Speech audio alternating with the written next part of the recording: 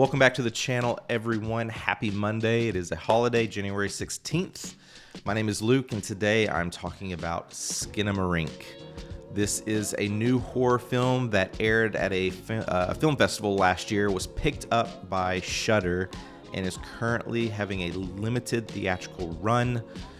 This is written and directed by Kyle Edward Ball, and the IMDb synopsis is: two children wake up in the middle of the night to find their father is missing and all the windows and doors in their home have vanished. And really, that is pretty much the perfect synopsis because this is a very, very experimental film. There's no real narrative going on here. We're set in this house where pretty much every shot is just looking at the house. We're getting a lot of various angles. We're following these two children through the majority of the film. This film also has an hour and 40-minute runtime.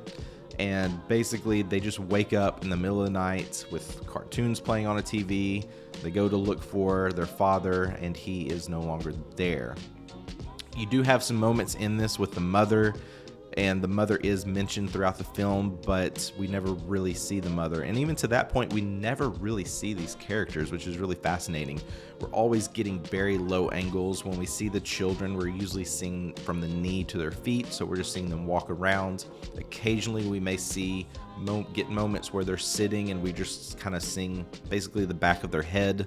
A couple of moments with the little boy where we're seeing the side of his face. But so much of this is really looking at this through the viewpoint of the children because they are scared. They don't know what's going on. They're waking up and seeing where things that normally were there are no longer there. We have moments where toys just start appearing on the ceiling or on the walls. We also have this voice that about halfway through, we have this presence that's in the home with them that's asking them to do things, come upstairs, go downstairs, do this, do that. And so much of this is purposeful as well, like in the way that the audio is delivered, in the way that the shots are delivered. They're either underexposed or overexposed. We're getting these moments where it feels like we're watching a VHS tape. We're getting that grainy, it's almost like you're driving through a snowstorm. And some of the audio is so blurred out that in many moments we're getting subtitles so we know what's being said and know what's going on. But then there are other moments where it's up to the audience to try to figure out, what are these voices saying? Like I said, this is an extremely experimental film. This is not one that's for everyone. An hour and 40 minutes was definitely probably too long. If this could have been, in reality, I think this should have been kept as a short film. If this was like a 20-minute short film, you probably could have delivered something.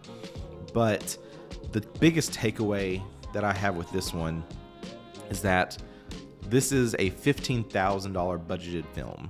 This was funded through Seed and Spark. And you can tell that this is just someone who really wants to make movies. And they're using every penny in every way that they can with this small budget to make something that's something that they're craving. I was reading that the house that this is filmed in is actually the director's childhood home. So that there's a lot of attachment here. Now when it comes to the story, like I said, there's no true plot. There's no true narrative. It is a little bit open to interpretation. Through my viewpoint, this is probably focusing a lot in terms of just a mixture of like childhood trauma, potentially some childhood abuse, to even those moments of being a small child, waking up in the middle of the night, hearing these noises and not knowing what's going on. It's that kind of that phase of, are you asleep or are you awake? It's that in between. There's even a reference in here that the little boy sleepwalks, so that kind of paints a little bit of a picture of what what you're going into. But I think really this is just an experience. And being able to see this in the theater is honestly something special because it's something I'll definitely remember. Like I said, this was a very limited theatrical run. It may still be playing, but you'd have to check your local theater. An example is our Skinamarink only showed this for 2 days, and really it's because this past weekend was a Friday the 13th weekend, but I could see this coming back into theaters maybe during the month of October for leading up to Halloween. But This is picked up by Shudder. This will be streaming on Shudder sometime this year. I would expect probably within the next couple of months, but I don't know. I do want to watch this one again. I wouldn't say I'm overly crazy about it, but there's a lot of moments in this that I did enjoy, and a lot of it's just from a kind of like going into it as someone who wants to make film perspective. Like I said, it's pretty incredible to see another low-budget film get picked up by a streaming service and get a theatrical run. $15,000 budget. This film will make some money for sure, but I think if you're a filmmaker, look at this towards inspiration. If you think about movies like Blair Witch, Paranormal Activity, now Skinamarink, small budget films doing some big things, I think it's really incredible and should inspire upcoming filmmakers that it is possible to go. If you've got an idea, you can go make it. You can find the sources to raise the money you need and go make your movie. So I would love to know, if you saw Skinamarink, what did you think of this? What was your experience like? The theater I was in was fairly packed.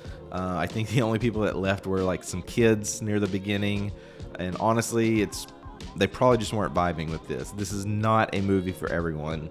I can see a lot of people probably just not sticking with it and leaving this early on, because you do have to get through this runtime.